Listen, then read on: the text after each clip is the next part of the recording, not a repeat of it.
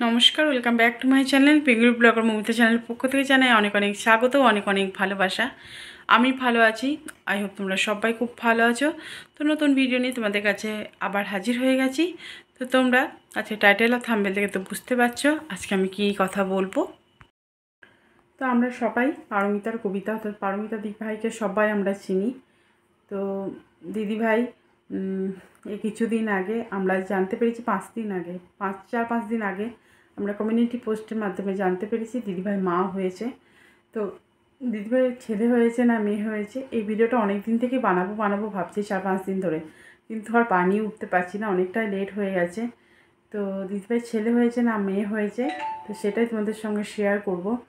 তো তোমরা গেস করো কি হয়েছে না হয়েছে, বলেই দিই। আর কতক্ষণ তোমাদেরকে অপেক্ষা করাবো বলো, যে অপেক্ষা করিয়ে কোনো লাভ নেই। দিদিভাই একটা ছবির মাধ্যমে আমাদেরকে জানিয়েছে দিদিভাইয়ের ছেলে হয়েছে। তো দিদিভাই আর দাদাভাইকে বলবো কনগ্র্যাচুলেশন দিদিভাই এবং দাদাভাই, তোমরা খুব ভালো থেকো, সুস্থ থেকো তোমাদের পুচকু সোনাকে নিয়ে, এটাই বলবো। পুচকু সোনার খেয়াল রেখো।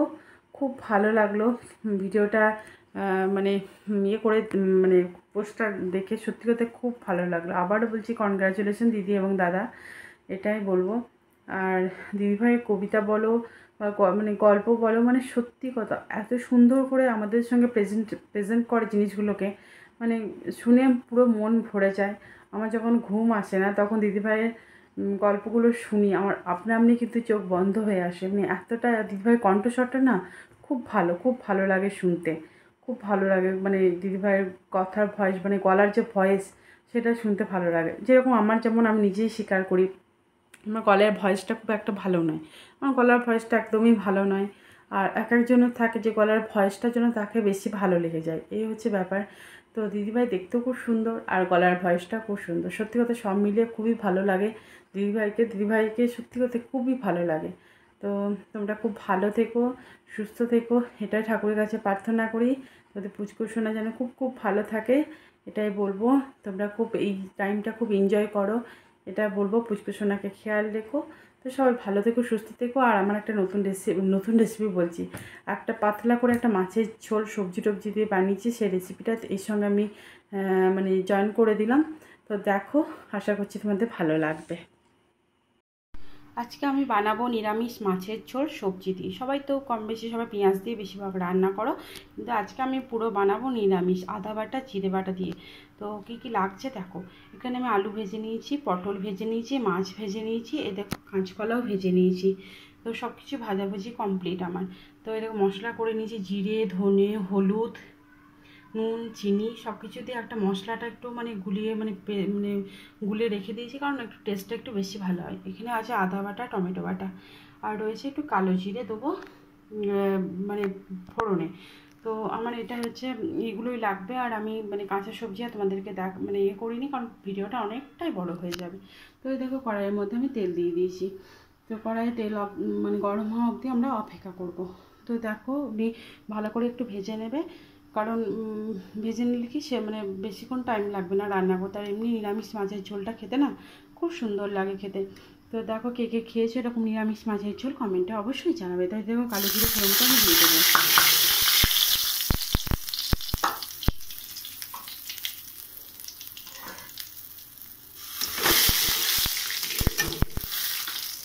তো এরপর দিয়ে দেবো আমি আদা বাটা, টমেটো বাটা।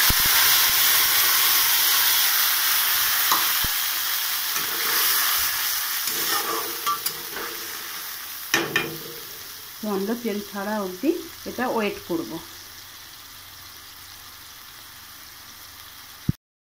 তো দেখো ভালো করে দেখতেই পাচ্ছ, মানে অনেকটা তেল ছেড়ে দিয়েছে।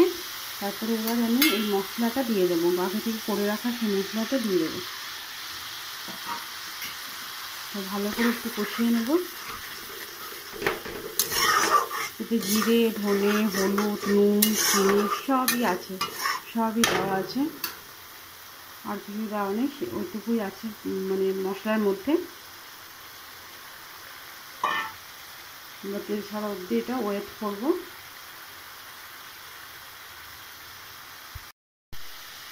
মশলাটা আমরা ভালো করে একটু কষবো, তেল ছেড়ে দিয়েছিল, তারপরেও আবার একটু জল দিয়ে দিই একটু কষবো ভালো করে মশলাটা।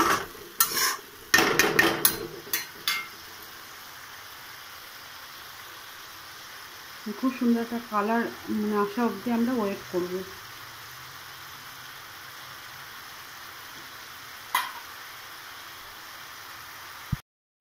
তো দেখো তেলটা খুব সুন্দর করে ছেড়ে দিয়েছে।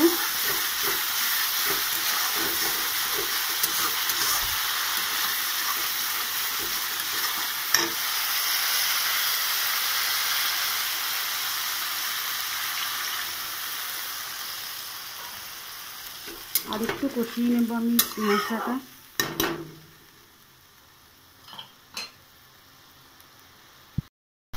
তো দেখো তেলটা ভালোভাবে ছেড়ে দিয়েছি। এর মধ্যে আমি সবজিগুলো দিয়ে দেবো, মানে আলু,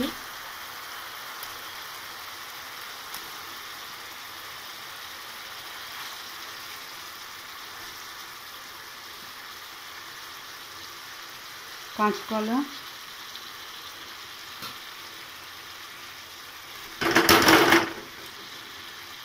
কড়াইয়ের মধ্যে ভেঙে পড়ে যাবে আমার, এই হচ্ছে ব্যাপার। একটু ভালোভাবে কষিয়ে নেব সবজির সঙ্গে।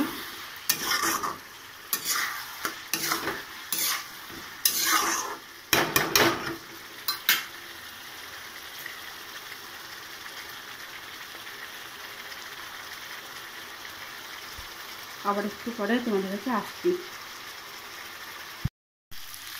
এরকম মাছের ঝোলে সব কিছু রেডি, ভালোভাবে এরকম মশলার সাথে কষানো হয়ে গেছে। এরপরে আমি জল দিয়ে দেবো।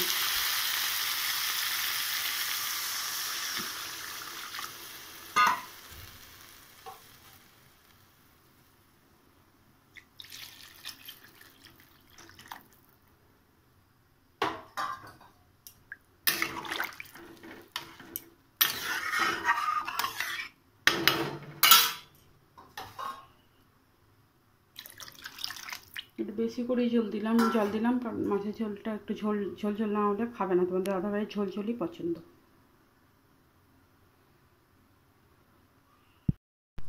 তো দেখো মাছের ঝোলের মানে ঝোলটা ফুটে উঠেছে। এর মধ্যে আমি সব মাছগুলো এবার দিয়ে দেবো।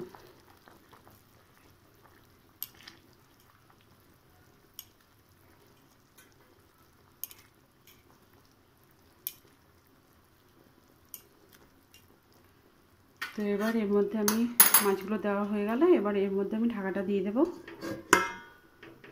তারপর সেদ্ধ হওয়ার পর আবার তোমাদের কাছে আসছি। তো দেখো মাছের ঝোলটা আমার ভালো করেই ফুটছে। আর করে মাঝে মাঝে নেড়ে চেড়ে দেখেছি, তখন তোমাদের সঙ্গে দেখা হয়নি। তো এই দেখো মোটামুটি সবই সবজি দেখলাম সেদ্ধ হয়ে গেছে। এই দেখো আলু সিদ্ধ হয়ে গেছে, মানে সব কিছুই সিদ্ধ হয়ে গেছে। তো কাঁচকলা সেদ্ধ হয়ে গেছে।